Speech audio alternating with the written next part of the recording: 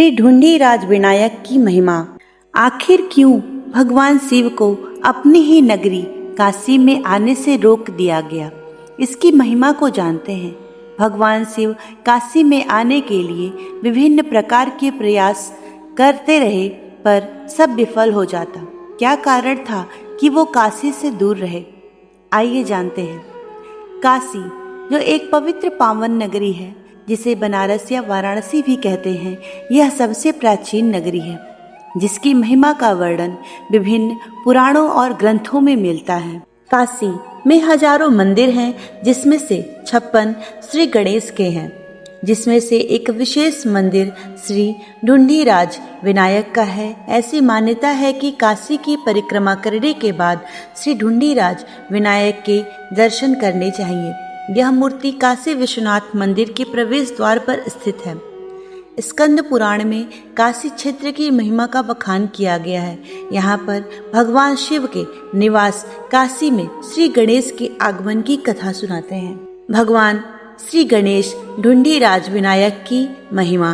उस काल में भगवान शिव मंदराचल पर्वत पर निवास कर रहे थे और काशी पर अत्यंत धर्मात्मा राजा दिवोदास का शासन था। उनके राज्य की प्रत्येक प्रजा सुखी जीवन व्यतीत कर रही थी। यह क्षेत्र सर्वत्र ऐश्वर्य से परिपूर्ण था। राजा ने भगवान ब्रह्मा से वरदान मांगा कि उनके राज्यकाल में देवता काशी में प्रवेश न कर सकें और उनके द्वारा निर्मित उत्कृष्ट वातावरण को नष्ट न कर सकें। भगवान ब्रह्मा ने उनकी बात मान ली, किंतु एक शर्त के साथ कि राजा को स्वयं को एक कुशल एवं योग्य प्रशासक सिद्ध करना होगा तथा काशी के सभी निवासियों एवं आगंतुकों के साथ उत्तम व्यवहार करना होगा। राजा ने उनकी बात मान ली और उसका पालन किया। काशी भगवान शिव का निवास स्थान है। फिर भी राजा दिवोदास को भगवान ब्रह्मा के वरदान के कारण भगवान शिव को काशी से लंबे समय तक दूर रहना पड़ा। अब काशी जाने के लिए उन्हें राजा दिवोदास के प्रशासन में कोई त्रुटि ढूंढनी थी। इसलिए उन्होंने इस कार्य को पूरा करने के लिए योगिनियों, सूर्य देवता और अन्य सेवकों को काशी भेजा। भगवान शिव ने काशी की व्यवस्था भंग करने के लिए 64 योगिनियों को काशी भेजा, किंतु वे वहां की सुंदरता और सुखद वातावरण में इतनी मोहित हो गईं कि उन्हें ऐसा लगने लगा कि वे ही स्वर्ग है। अतः काशी की व्यवस्था भंग करने के बजाय वे वहां सुखपूर्वक रहने लगी। भगवान शिव ने सूर्य देव को काशी की व्यवस्था भंग करने के उद्देश्य से वहां भेजा। उन्होंने ज्योतिषियों, विद्वानों एवं व्यापारियों, पुरोहितों आदि के विभिन्न रूप धारण किए। वे वहां रहते थे और व्यवस्था में दोष ढूंढने का प्रयास करते थे, किंतु काशी वासियों या राजा दिवोदास के शासन में दोष ढूंढने में असमर्थ रहे।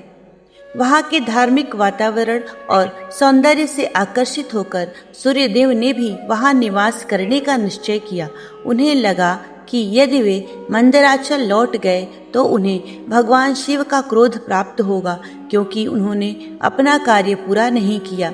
दूसरी ओर यदि वे उनकी अनुमति के बिना यहाँ निवास करते रहे तो उन्हें पाप लगेगा, किंतु यदि वे काशी में धार्मिक कार्य करेंगे तो ये पाप आसानी से मिट जाएंगे। इसके बाद वे काशी के विभिन्न भागों में 12 रूपों में विचरण करते रहे।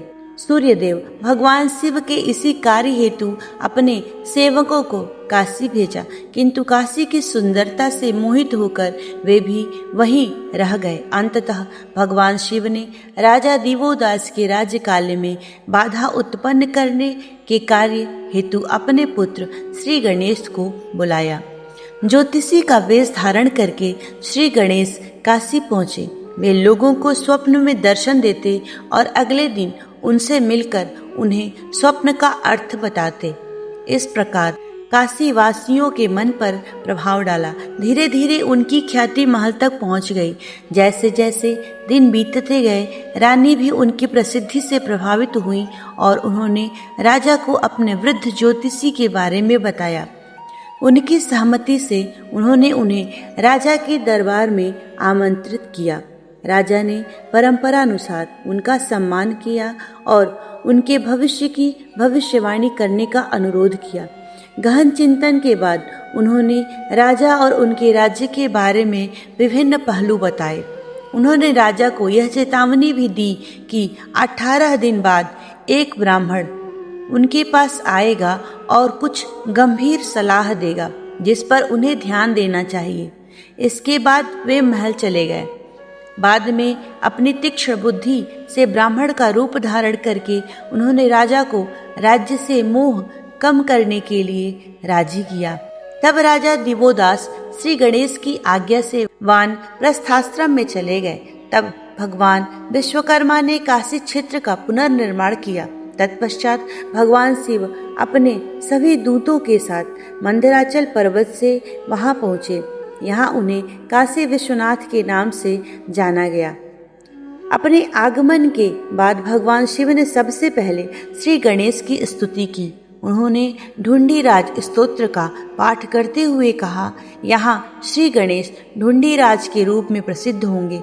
काशी विश्वनाथ के दर्शन करने आने वाले प्रत्येक भक्त को मुझसे पहले ढूंढीराज विनायक का दर्शन और पूजन करने पर मेरी ओर से सभी आशीर्वाद प्राप्त होंगे।